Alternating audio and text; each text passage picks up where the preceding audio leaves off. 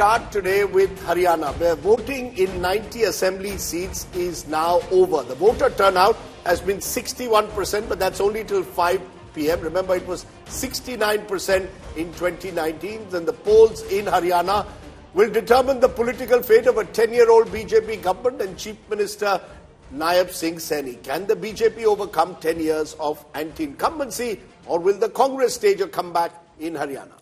Joining us now from across the state, we've got Kamaljeet Singh Sandhu. She heads up our Haryana Bureau. Also with us for a perspective from Jammu and Kashmir in Srinagar, we have Mir Farid. Manjeet Saigal joins us from Ambala. I want to go across to Kamaljeet Sandhu first because the intensity of voting is going to be very consequential. Remember, in about an hour from now, we'll start bringing you the numbers for the state of Haryana. And so far, Kamaljeet, from the reports that you've picked up from across the state, how intense is polling being? Is it looking similar to last time? Is it less than last time? What can you tell us about the intensity of the voting? Kamaljeet?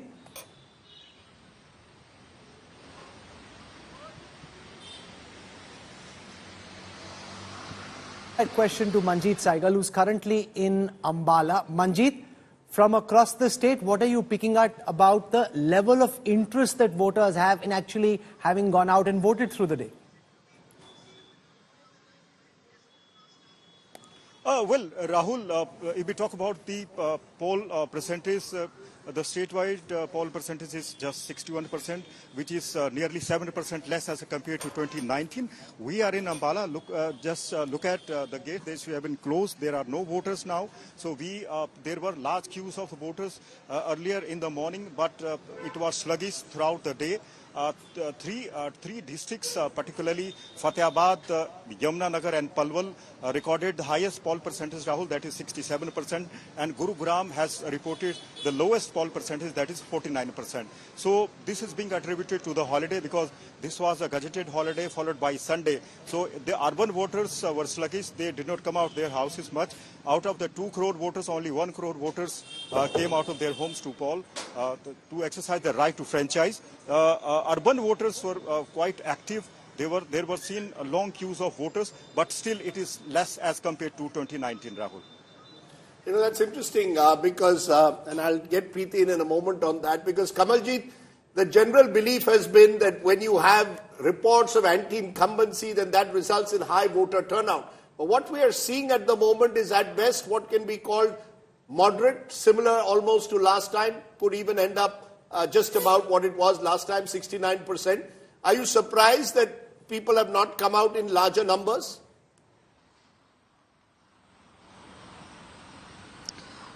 Rajdeep, you're absolutely right. 2019 we saw around 69%, and this time also just about 63% just a while ago. Yamunanagar leading all the way. But yes, what would be disappointing for BJP is the urban votes. And remember, as far as the urban areas, whether it's Gurgaon, whether it's Faridabad, the other areas including Palwal, they have seen lesser voting take place. So this is where the worry could be. And the other is obviously the consolidation of Jat vote versus the non-Jat vote, because BJP would be really relying on that, with the Hooda camp leading the Jat vote at this point of time. The OBC candidate, even Naib Singh Saini, he's been aiming and eyeing the non-Jat vote. Now, there has been an aspect where both the sides have been saying that they're wooing the Chhattis Biradari, and each of them claim to have their particular votes. But definitely, as far as this is concerned, we've known that BJP for quite some time, with Manohar Lal Khattar as a Punjabi Khatri, followed by Naib Singh Saini as a OBC face, they have made a very significant punch right there, and they have been wooing the non-Jats. But this time, the anger is very much there, and what we've seen is, whether it's about the Kisan, the Jawan, the Pahalwan, they're all coming together. And that also, besides, is the 10-year anti-incumbency. Okay. So this has been an uphill task for BJP, but they have given a very good fight in several of the locations, including Ladwa, where Chief Minister himself is contesting Rahul, if I may against come in, Meva Singh of the Congress Party, who's the sitting MLA. So it's a very interesting fight. Rahul, if I may come in here on how to interpret the voting, turnout. If I would be the BJP, I'd be watching the GT Karnal belt and I would be watching the Ahirwal belt. Now, these were the two areas where the Bharatiya Janata Party got its mammoth share of votes in 2019. And when I look at it, I'd be a little worried for the BJP, and why I say that. Areas like Kurukshetra, areas like Karnal, areas like Faridabad, Gurgaon, was where the BJP had gotten the maximum vote from its urban centers. This is the area right now which is really sluggish in terms of voting. Some centers that I'm looking at have not even gone beyond 40% at 5 o'clock. So I'd be a tad worried, because these are the two areas that the BJP needs to hold on to and then move forward and try to gain in other parts of Haryana. If voting is sluggish here, I'd be worried for the BJP. Amitabh Tiwari, how does this voting percentage really pan out? If voting percentages are lesser than in 2019, is it to the disadvantage of the incumbent? See, actually there is no strong correlation, but if you see in 2019, voting percentage was lower and BJP emerged as the single largest party. In 2014, voting percentage was high and BJP emerged as the winner. So, because there was an anti-incumbency vote. I agree with Preeti here that the areas where the turnout is lower is your GT road belt and your Ahirwal and Faridabad belt. And those are the urban centers of the Haryana state also. Is the BJP fighting with the hope of winning, or are they fighting to ensure that they put up a good fight and they didn't come away decimated? Well, see, this is where I think BJP for the past few state elections have fallen into a trap that media has been successfully able to project as if they're going to lose a state.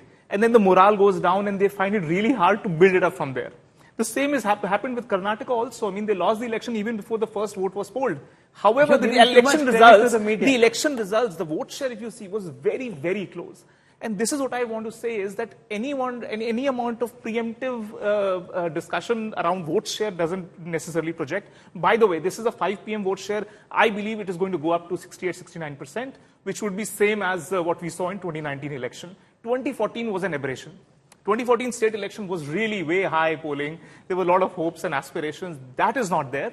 So it will be, tending back to the mean, which is 68. It's interesting, Rahul, and I've been trying to, Amitabh possibly can correct me. When I look at those who have survived the 10-year itch and are in power at the moment, there's Gujarat, where the BJP has been in power way back since 1995, and there is Mamata Banerjee in Bengal, who's been in power since 2011.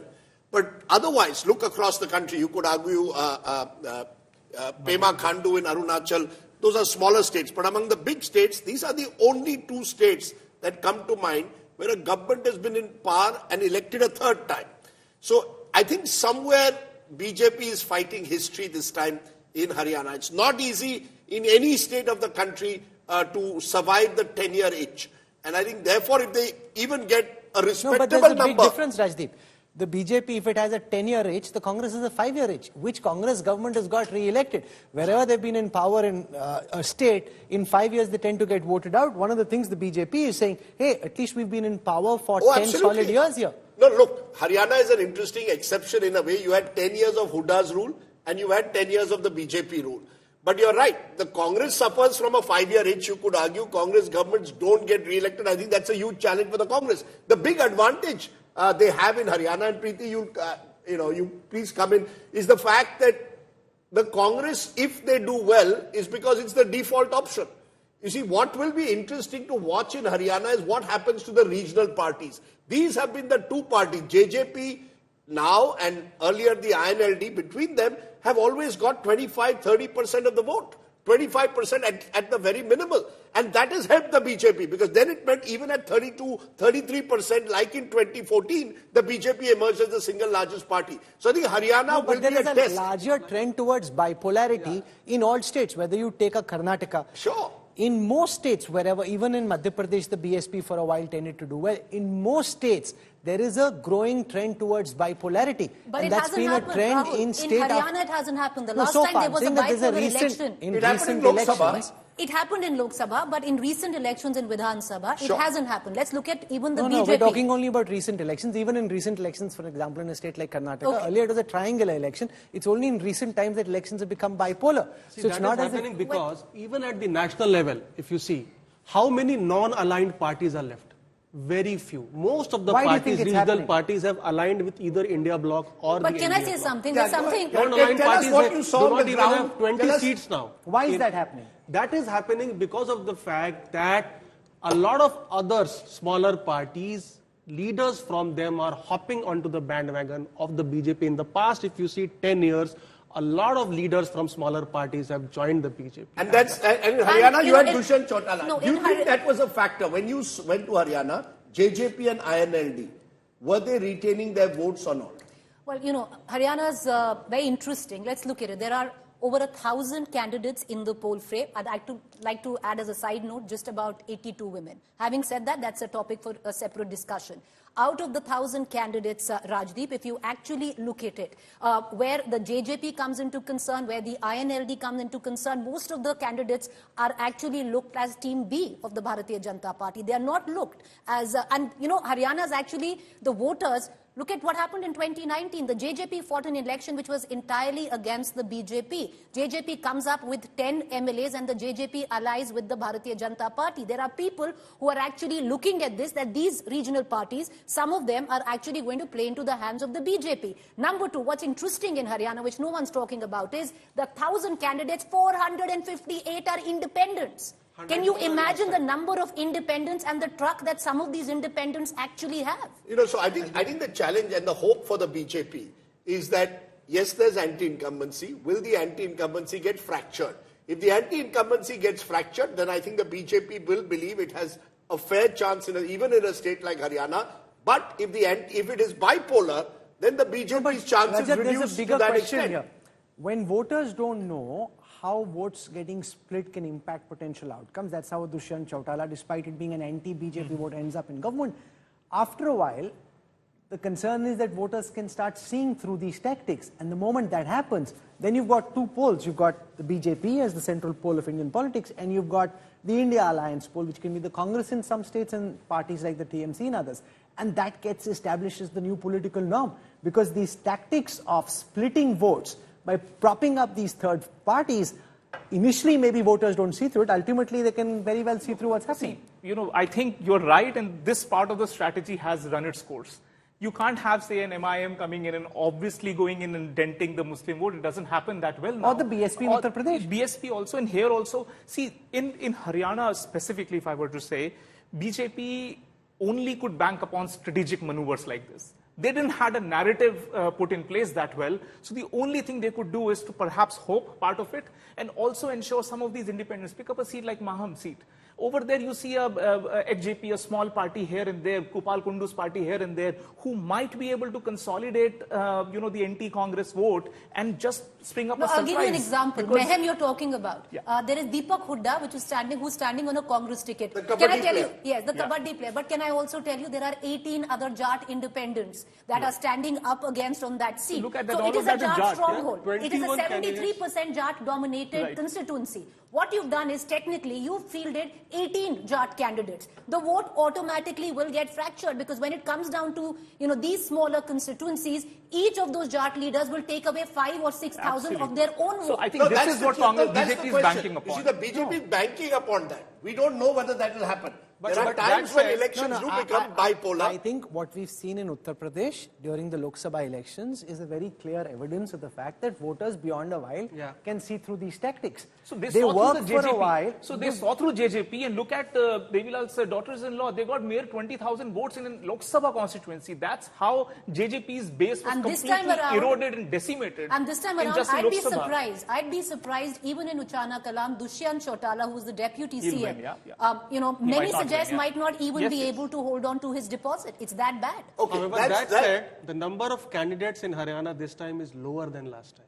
Yeah. Lower than last time. It used to be 13 per seat. It is 11.5 per Look, seat this time. the Also interesting there's a thing difference, yes. Rajdeep. The difference is that in 2019, even though there was anti-incumbency built up over 5 years against the Manohar Lal Khattar government, at that time the Congress, because they were shocked and awed by the Lok Sabha results of 2019, simply weren't able to get their act in order in order to be able to fight a meaningful campaign. Here they've gone in thinking they have a chance, and that's how they've approached the election. Last time, they just thought the party was all over the place. They didn't know whether they had a chance. They didn't give the Hoodas the right opportunity. Here they projected a general. The general has some purchase on the ground, and they've all rallied around him. No, but one of the things that has changed, remember one thing, in Haryana Lok Sabha, the BJP got 58% of the vote in the Lok Sabha elections, huge amount. Sure. They came down by 22% between Lok Sabha and Vidhan Sabha in just the space of 5 months. And what we've seen since 2019 is in general a gap between BJP Lok Sabha and BJP Vidhan Sabha, which is why Haryana is important. Haryana will tell us whether this is a decline that we are witnessing generally. When Mr. Modi is on the ticket, the BJP does disproportionately better. You see, what is the Congress banking on? Because look, if you go by Lok Sabha, BJP is actually 2 seats more than the Congress. BJP was leading in 44 constituencies, Congress was leading in 42. If you divide Lok Sabha into Vidhan Sabha, they both won 5 seats each. The moment you have Vidhan Sabha, is the Modi factor no longer there? And if it is not there, how much of an advantage is that to the opposition? This is not just important for what will happen in Haryana. There's also a big battle coming in Maharashtra and Rajdeep, Jharkhand. where Haryana is concerned, the BJP's hold has been shrinking since 2009.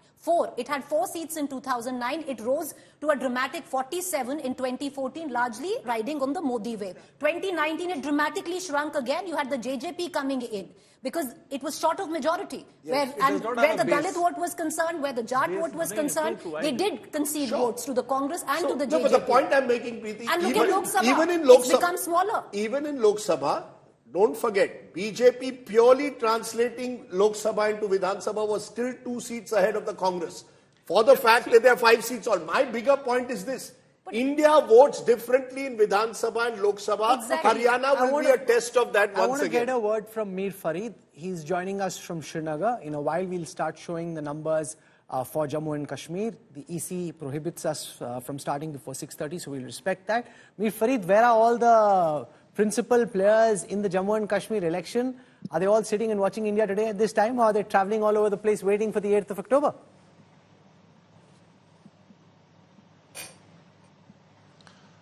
Well, Rahul, most of them are unwinding now. It has been a grueling campaign, be it the Abdullahs or Muftis. Mehbooba Mufti is in Delhi. Umar Abdullah is also in Delhi.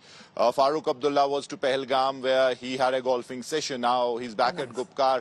And same is the case with Iltija Mufti. So all of them basically right now in a detox phase. They know there is a big challenge coming in because considering that everyone is hinting at fractured numbers, fractured assembly. So they all know that a lot of work needs to be done, though NC Congress is very confident that they'll have the numbers, and especially as far as National Conference sources say, they're banking on Congress to do well in Jammu, because Jammu could be the clincher if Congress manages to basically catch a foothold in the strongholds. So the BJP, especially the 3 districts which comprise main Jammu, then definitely it is going to be a smooth ride for NC Congress. But if that doesn't happen, then people or parties like PDP, independents may have the kingmaker's role. And already you have a PDP thinking on those lines. They're very confident that they will come with good numbers, and those numbers will at the end of the day will be very critical.